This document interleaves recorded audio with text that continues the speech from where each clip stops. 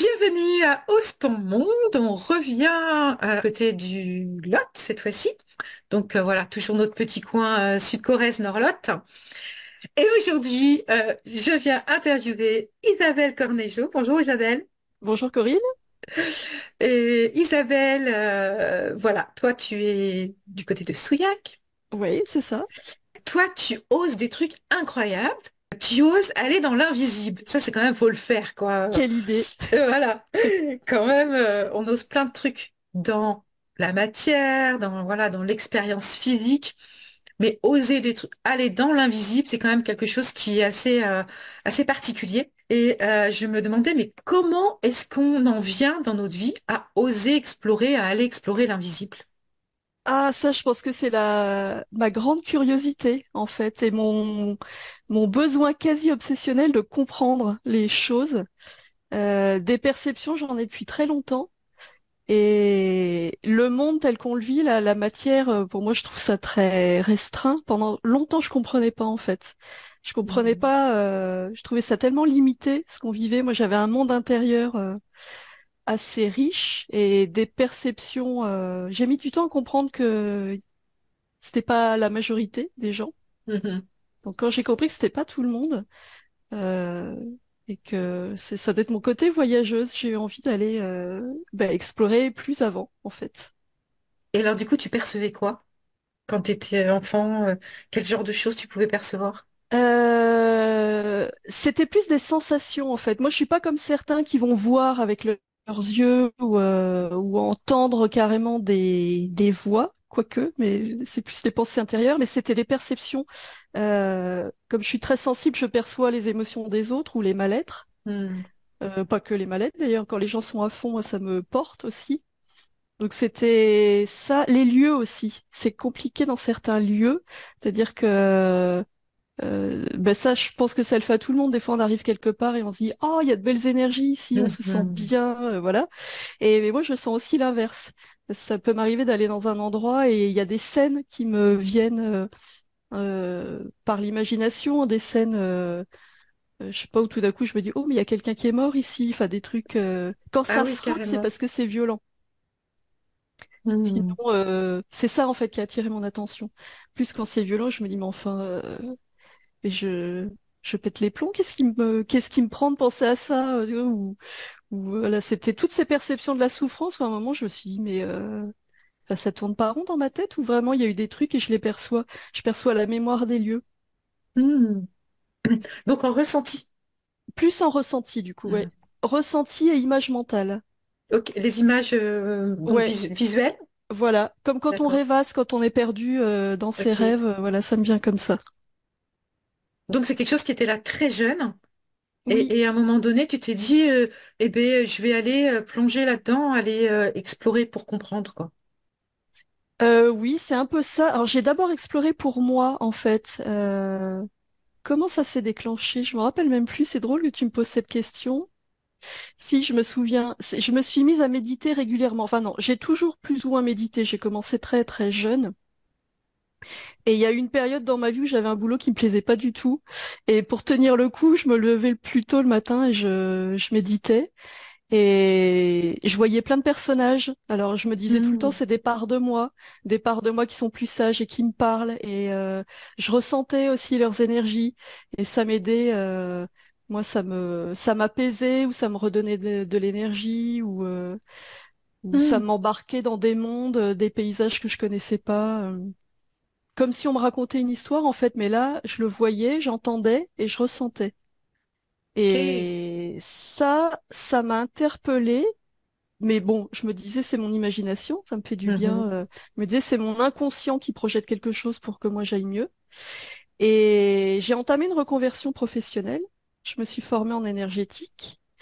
Et il m'arrivait un truc qui m'a beaucoup déstabilisée. Entre deux stages, pendant une méditation, j'ai vu apparaître une des participantes qui était en formation avec moi. Et là, je me suis dit, oula, alors ça, c'est bizarre, parce que Hmm. dans mes mondes, il n'y a que des parts de moi. Et les messages que j'ai reçus, c'était très précis. Donc au Mhm. prochain séminaire, ça m'a bien torturée. Je lui dis pas, elle va me prendre pour une folle, voilà. Et je lui ai dit, alors oui, elle m'a pris pour une folle au début, prise. Je lui ai dit, mais en fait, ce qui a été étonnant, c'est que ça tombait juste, ça révélait des choses qu'elle vivait, elle, des difficultés qu'elle traversait à ce moment-là. Et c'est là que ça a commencé à s'ouvrir, là où je me suis dit, ah, mais du coup, on est tous reliés les uns aux autres, et du coup, il y a moyen de percevoir aussi par télépathie ce que vivent les autres, quoi. Mhm. Et comme je me formais en énergétique, j'ai commencé aussi à travailler sur les corps et à me rendre compte qu'en posant mes mains, ou en approchant mes mains du corps de quelqu'un, mais c'était pareil, j'avais des images qui me venaient, des fois j'entendais des choses comme si une petite voix me parlait. Mhm. Donc, pareil, au début j'en parlais pas, et puis finalement, avec les gens avec qui je me sentais en confiance, j'ai commencé à dire, et ça faisait sens pour eux. Mhm. Ok. Voilà comment ça a commencé. Et là, tu t'es dit, ok, ce que je reçois, c'est pas du bidon. Voilà, c'est ça. Et en même Ok. temps, même aujourd'hui, ça fait longtemps maintenant. J'ai quand même, je pars toujours du principe qu'il y a mes filtres de perception. Mes filtres, c'est mes croyances, mon vécu, mon état émotionnel du moment. Donc j'ai toujours besoin de faire valider par l'autre. La Mhm. personne que j'accompagne, il y a qu'elle qui sait ce qu'elle ressent réellement. Mhm. Moi, je peux tomber à côté, donc je redis ce que j'entends sous forme de question et l'autre valide ou pas. Ok, comme ça, au moins, voilà, t'es sûr que ça correspond. C'est pas juste de Oui, l'imagination. T'es voilà, pas juste en train de faire de la masturbation mentale, je sais pas quoi. voilà, exactement. Et ouais.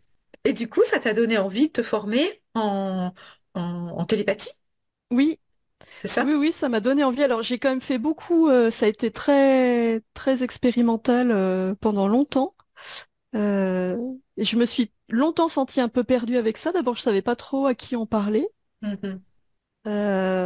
Ou quand j'en parlais, même avec les gens avec qui je m'étais formée, les gens me disaient, ah oui, mais toi, oui, oui, bah toi, tu perçois plein de trucs, genre, pour toi, c'est naturel, et hop, on Mhm. n'en parle pas, alors que bah moi, voilà, j'avais un peu du mal avec ça. Et puis, bah, petit à petit, j'ai commencé à me faire confiance, justement, avec le retour. J'ai commencé à dire vraiment avec les gens que j'accompagnais, parce qu'au début, je disais pas. Mhm. Et j'ai commencé systématiquement à dire et à me rendre compte que ça pouvait être utile pour les gens, en fait. Et du coup, oui, j'ai commencé après à m'intéresser à la télépathie et vraiment à me former. Mais en fait, je reste sur un mode assez expérimental, ouais, et pragmatique, je me rends compte. Oui, tu te rends compte quelque part que ce que tu fais maintenant, c'est quelque chose que tu as fait depuis le début, Oui, que finalement, ça t'a juste validé. c'est ça, exactement. Mhm. C'était Ouais, déjà ouais. là depuis le départ. Ouais, ouais, exactement, ouais. C'est Est-ce ça. que tu crois que bon, c'est voilà une question peut-être un peu plus intime. Est-ce que le fait qu'on vive des choses difficiles dans notre enfance, ça peut nous amener à vouloir voir autre chose que le monde matériel ou le monde physique et Oui, du coup on va s'ouvrir à l'invisible? oui, oui, je pense. Hmm. Ouais, ouais, ouais. Bah, dans mon cas, de toute façon, le fait de vivre des choses difficiles, ça m'a amené à avoir besoin, enfin, à explorer cette compréhension, déjà à mieux me connaître et à me dire, ben, pour dépasser mes traumas, moi j'ai besoin d'apprendre à me connaître et de transcender les souffrances. Donc Mhm. déjà j'ai commencé à m'intéresser à plein de trucs différents. Et oui, ça a un côté rassurant de se dire, il n'y a pas que ce monde matériel avec ses souffrances, puisque moi je l'ai très longtemps vu comme quelque chose de plutôt néfaste. Mhm. Même si j'en vois toute la beauté, bah, ça c'est mon côté très sensible, mais la beauté je la ressens très fort, et les souffrances aussi. Mhm. Donc me dire il y a autre chose, ça avait quand même un côté rassurant que j'ai beaucoup idéalisé au début. Ok. Et après ça s'est rééquilibré. C'est-à-dire qu'au début ouais, c'était une forme de fuite, je pense. Mhm. Pas vis-à-vis des autres, mais pour moi, où je me disais bah du coup je vais aller dans un monde plus doux, on va dire. Du coup, c'était comme un peu ça pouvait être un échappatoire, mais c'est un échappatoire qui t'a permis quelque part d'avoir une vision plus globale Oui, de ce qu'est la vie finalement. Ah oui, oui, oui, oui, oui, parce Mm. que et oui, parce que quand je me posais des questions, j'avais des réponses dans ces Mhm. mondes-là. Donc ça m'a vraiment apporté du réconfort et c'est une guidance intérieure en fait. C'est ça m'a Mm. permis de développer cette guidance intérieure. Et les moments vraiment difficiles, oui, là j'ai eu non seulement des réponses, mais en plus ça m'a aidé à me stabiliser. Ok. C'est-à-dire que ça m'apportait le réconfort quand j'en avais besoin, la force quand j'en avais besoin. Enfin, ça m'a permis de combler mes besoins, oui. Mhm. Est-ce que tu te raccrochais à des images archétypales, Oui, des êtres voilà, imaginaires ou que tu avais lu des informations et que, du coup tu te raccrochais à des guides ou à des choses comme ça? ah oui, j'ai eu cette, je suis passée par là, oui, oui. Mhm. Ça a quand même commencé avec mon lieu ressource, un lieu, c'est-à-dire que quand je commençais mes méditations, j'ai construit vraiment un lieu dans lequel je me sentais bien, on va dire ma maison intérieure, Mhm. et je commençais toujours mes méditations en allant dans ce lieu, et après je voyais des gens. Alors moi, enfin, je me disais c'est mes guides, et en même temps, il y avait toujours cette part de moi qui disait ou alors c'est mon inconscient qui projette justement une figure archétypale. En Mhm. tout cas, ce dont j'ai besoin. Et après, ça a complètement switché. Il y a eu vraiment un changement de paradigme dans ma vie. C'est-à-dire qu'un jour, je me suis dit, mais je suis en train de reproduire un schéma qui est là depuis mon enfance et qui ne me convient pas, c'est-à-dire une soumission à une autorité supérieure. Et ça, Invisible. Mhm. voilà. Mhm. Ah ouais. Le jour où j'ai compris ça, je me suis dit, mais enfin, quand on est enfant, on est soumis à l'autorité des parents, des profs. Après, il y a l'autorité du patron, de la société, tout ça, ce qui, moi, bon, bah, me gonfle, hein, on va dire les choses comme elles sont. Soyons Voilà, j'ai clairs. toujours eu du mal avec l'autorité. Et un jour, je me suis dit, mais je suis en train de reproduire la même chose dans l'invisible. Mhm. Enfin, ça va pas. Enfin, moi, ça me convient pas en tout cas. Et à Mhm. partir de là, j'ai réalisé que ben, si je pars du principe que je suis un être multidimensionnel, c'est-à-dire qu'il y a moi ici sur Terre, dans la matière, et il y a ce qu'on va appeler l'âme, par exemple, ou la conscience, ou l'esprit, peu importe comment on l'appelle, mais qui vibre à d'autres fréquences, qui est plus grand que moi. Si cette part de moi, elle est sage, ben pourquoi je m'en remettrais à quelqu'un d'autre qu'à elle? Mhm. Et ça a tout changé. Mhm. Ça m'a permis de trouver de l'indépendance même dans l'invisible, en fait. Et de retrouver ma souveraineté, surtout. Et du coup, dans la matière aussi. Et dans la matière aussi, oui, oui, Mhm. complètement. Oui, oui, dans la C'est- matière, oui, là, je me suis dit, ben, je suis un être souverain dans l'invisible et dans la matière. Et tu as perçu que c'était pour toi complètement relié, que du coup le physique et l'invisible étaient complètement intriqués, on va dire. Oui, Mm. ben oui, oui, complètement. Ouais, ouais. Et ça, je m'en rends compte de plus en plus parce que euh, enfin, c'est toujours pareil. Qu'est-ce que la réalité? On perçoit la réalité, elle est subjective, elle est vraiment liée à nos perceptions. Nos Mhm. perceptions sont liées à nos émotions, c'est-à-dire à notre état vibratoire. Et quand je me sens bien, ben, j'ai tendance à avoir trouvé le monde beau. Quand j'ai le moral dans les chaussettes, c'est comme quand il pleut et que tout est gris. Mhm. Là, c'est plus difficile. Donc c'est comme ça que qu'on apprend le monde, qu'on appréhende le monde et que du coup on crée sa réalité. Mhm. Et pareil, quand j'ai compris ça, je me suis dit, ben, je vais m'en servir de ça pour inverser la tendance. C'est-à-dire que je vais pas bien, j'ai pas le moral, ben, ça va pas bien, je rumine, j'ai des pensées qui sont là tout le temps, je suis esclave de ces pensées, de ce cerveau, mais je peux l'utiliser aussi. Tu m'étonnes. Ça, Mhm. je peux les utiliser, ces pensées. Je peux utiliser mon imagination pour bah, voilà, aller dans un lieu ressource, imaginer un futur qui me convient, élever mes vibrations en pensant à quelque chose de beau, quelque chose qui me plaît, qui va me permettre, je sais pas, je me réveille un matin, je dis n'importe quoi, je me sens seule, ça va pas très bien, et ben je vais créer cette vibration en moi qui va me Mhm. réconforter, je vais créer la sécurité, je vais créer l'amour. Et voilà, on est créateur Hmm. de notre vie. Du coup, ce chemin vers l'invisible t'a amené à accueillir, à voir, à accueillir et à vraiment euh, euh, expérimenter le fait d'être créatrice dans la Oui, matière, dans l'invisible et dans la matière. Que de oui, créer dans complètement. l'invisible, ça te permettait de créer dans la matière, quoi. Voilà, exactement. Ouais, Hmm. ouais. Et ça continue à me surprendre. Euh, et je trouve que ça s'accélère. Hmm. Et je l'expérimente et à chaque fois je suis émerveillée. Je me dis, mais c'est pas possible. C'est pas possible. Et je me rends compte que c'est vraiment lié euh, à l'intensité. C'est-à-dire, je souhaite quelque chose, Ouais. je le vibre comme si c'était déjà là, mais parce que ça me porte tellement que je le vibre, c'est là, c'est déjà là. Et Hmm. ben et hop, dans la matière, ça arrive. Hmm. Et ça, je trouve ça Magique. bah, extraordinaire, je trouve ça merveilleux. Voilà, Carrément. exactement. Ouais, Absolument. Je trouve que c'est vraiment oser plonger dans sa souveraineté, c'est ça, quoi. C'est se dire vraiment, j'y vais, j'explore avec ça et je donne mon pouvoir à rien d'autre que ça. Je prends l'entière ouais, responsabilité de ma vie, quoi. exactement. Ouais, ouais. Hmm. C'est Et un puis en sacré plus, oui, c'est pas. ça. Ah bah, c'est un sacré pas parce que bah, ça évite de blâmer les autres, comme tu dis, c'est prendre sa Hmm. responsabilité. Et, et ça permet de reprendre le pouvoir sur soi parce que quand on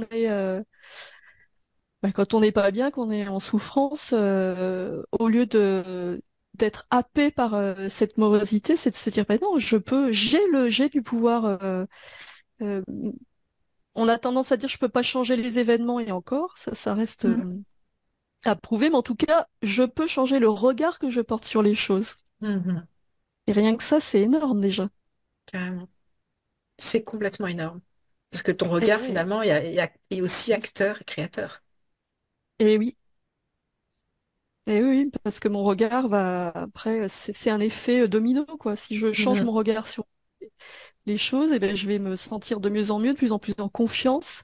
Je vais de plus en plus ben, m'approprier ma souveraineté, mon pouvoir créateur. Mhm. Et du coup, je vais pouvoir créer de plus en plus ce que je souhaite. Et c'est un mouvement sans fin, quoi.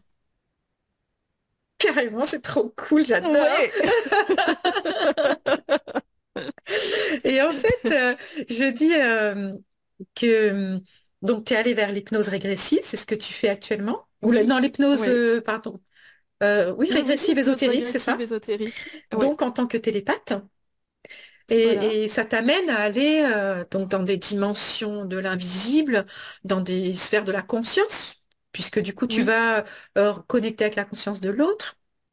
voilà. Et parfois, en tout cas dans ce que moi j'ai observé, ça semble parfois être assez sombre. Est-ce qu'il y a des Oui, espaces aussi qui sont beaux dans cette hypnose régressive, joyeux et merveilleusement lumineux ou oui. pas? Ben, c'est le but, justement. Ben, c'est-à-dire que comme on accompagne les gens qui viennent à nous, c'est des gens qui sont en souffrance ou qui ont des blocages ou des choses à régler. Donc forcément, au début, ben, on trouve des choses plutôt sombres.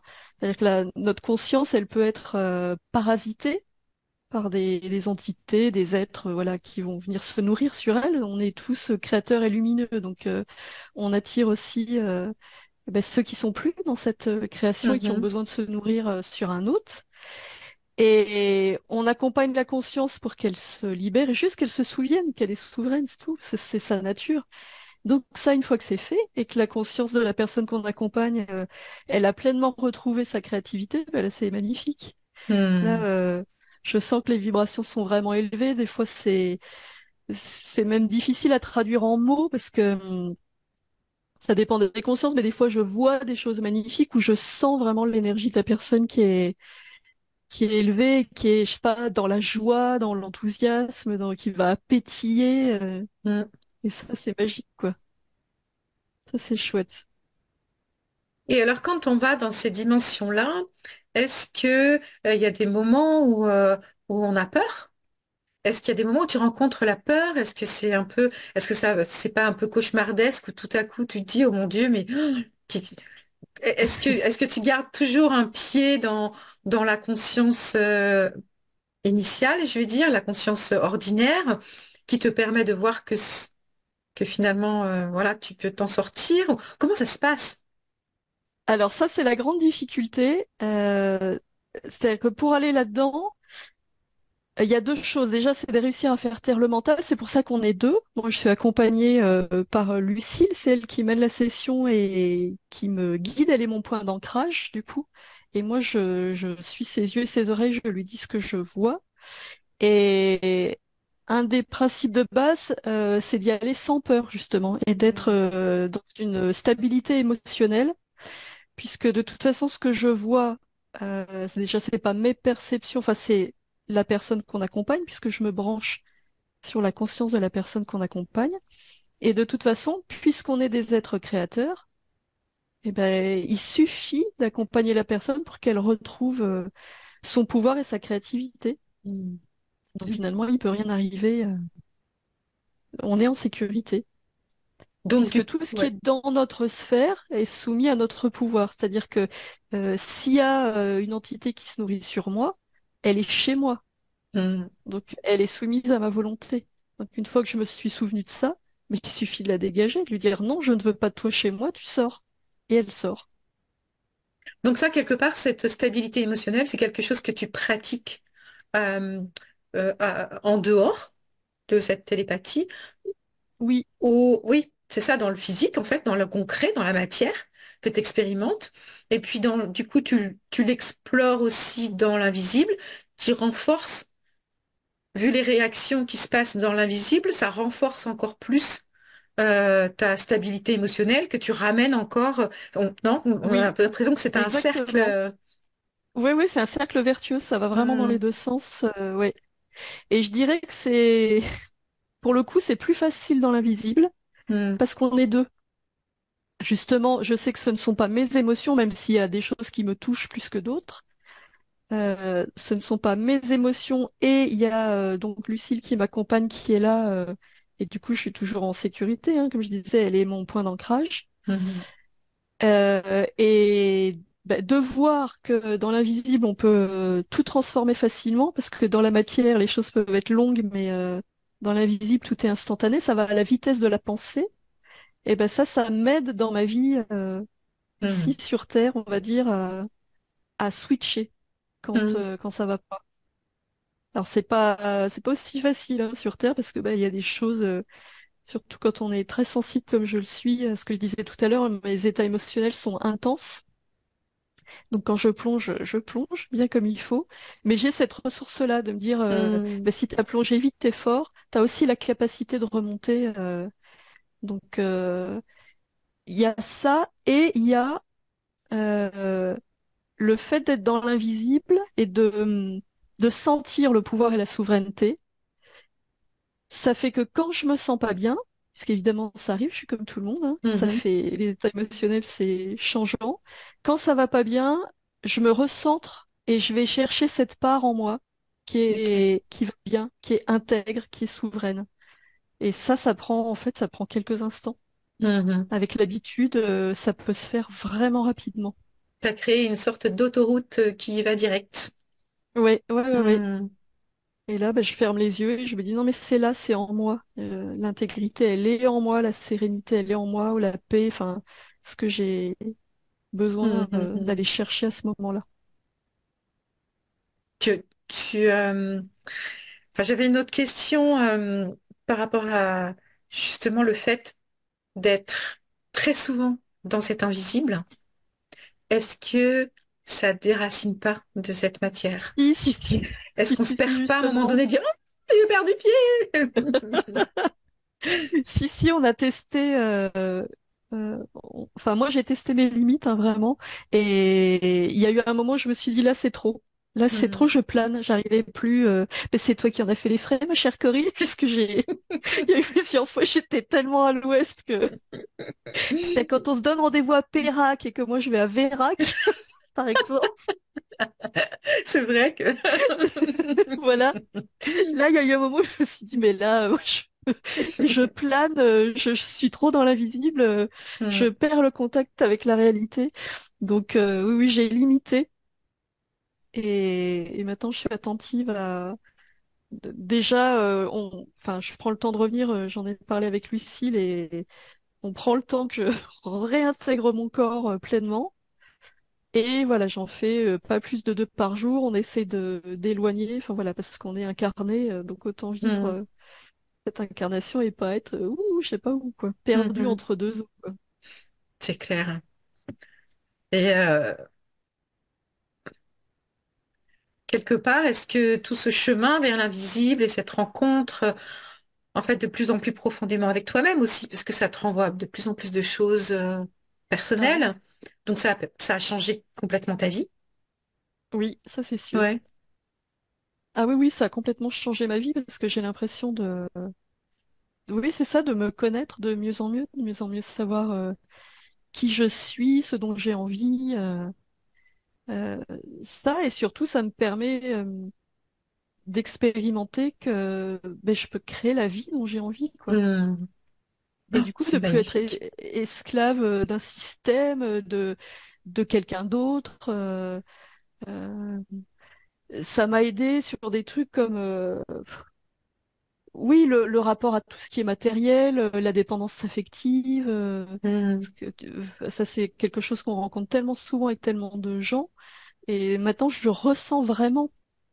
Alors ça, Mhm. c'est depuis que je suis enfant, c'est quelque chose, ça a toujours été naturel de sentir l'amour en tout et partout. D'ailleurs, j'ai toujours eu beaucoup de mal à comprendre qu'on aille le chercher à l'extérieur. Je... C'est un truc, ça, qui m'est... enfin, dont j'ai du mal à parler avec les autres et que j'ai du mal à partager, parce que souvent, j'ai l'impression de passer pour une folle. Mais quand je vois des couples où je comprends pas, Hmm. je ne comprends pas, parce que moi, l'amour, je le ressens tellement fort, partout et en tout, que quand je vois des gens qui sont en couple, qui souvent se renvoient leurs blessures ou Ah. se Hmm. plaignent ou râlent, moi je vois ça, je me dis mais c'est pas de l'amour, c'est pas ça. Donc comment l'incarner sur Terre, Ah, ah, grande ça question. c'est une vraie difficulté. Déjà l'incarner en nous, certainement en nous. Mais oui, l'incarner C'est le en nous, plus ouais, ouais. important déjà après. Voilà. Et c'est là que justement de naviguer dans l'invisible, ça m'a aidé, c'est Hmm. que ben, tout est relié, tout est interconnecté. Donc l'amour, il est d'abord en nous et je trouve ça Hmm. chouette d'aller chercher en nous. Et si après on peut le partager avec d'autres, tant mieux. Mais il y a vraiment ce truc, au lieu de s'en remettre à quelque chose d'extérieur, à aller puiser en soi, quoi. Hmm. Ça change tout. Carrément. Bon, eh bien c'est super tout ce que tu nous as expliqué là. Ça amène beaucoup de clarification, je pense, pour les gens qui se posent des questions sur cet invisible. Et, et en fait, je me demande voilà, peut-être une dernière question sur cet invisible et sur la suite. En fait, que toi, est-ce que tu as envie de donner une suite ou voilà, une exploration nouvelle, oser quelque chose, parce que quand on a osé dans l'invisible, on se dit qu'on peut oser partout après, en fait. Ah, c'est intéressant ça. Ah, On a c'est plus drôle peur que des tu dises monstres, ça. alors du coup, Euh, Bon, je vais me le noter quelque part, ça. Et ben, tu vois, curieusement, je me sens plus audacieuse dans l'invisible hmm, que sur Terre, hmm, carrément. Je trouve ça plus facile. Ouais. Je me suis fait la réflexion il n'y a pas longtemps, j'ai 50 ans là, et je me disais, mais j'étais plus audacieuse quand j'étais plus jeune, j'osais plus de choses, et ben il est peut-être temps que je rééquilibre parce que là j'ose beaucoup dans l'invisible, mais il hmm. est peut-être temps et que je retrouve un peu d'audace ouais, dans la matière. Je le suis moins qu'avant. Oui, Ouais. c'est intéressant ce que tu dis parce que moi je pense souvent, tu sais, aux sportifs ou les gens qui se préparent dans l'invisible pour oser quelque Oui, chose. Hein, il y a oui, beaucoup de préparation maintenant, voilà, du mental et de émotionnel et tout, donc à l'intérieur de soi, avant de le mettre en action dans la oui. matière. Et voilà, donc je me disais peut-être que du coup, à force de d'oser plein de choses dans l'invisible ça permet de ouf, d'y aller à fond dans la matière et d'oser plein de trucs nouveaux. Eh oui, ben ouais, ouais, Mm, carrément. D'ailleurs, c'est ce matin, en voiture, je pensais à cette entrevue et je me suis souvenue, quand j'ai commencé à travailler, mon premier boulot, enfin mon premier boulot stable, on va dire CDI, tu sais, le Graal, il fallait obtenir un CDI absolument. Le premier jour, premier soir, je me suis dit, mais c'est ça la vie? Mais c'est horrible. Hmm, Mais j'avais l'impression d'être en prison. Et ce sentiment ne m'a jamais quitté. C'est pour hmm, ça qu'après devenir indépendante, ça a tout changé. Et je me suis dit que, enfin, moi, ce que je trouvais dur, et il m'a fallu des années pour sortir de ça, j'arrivais pas à rentrer dans les cases.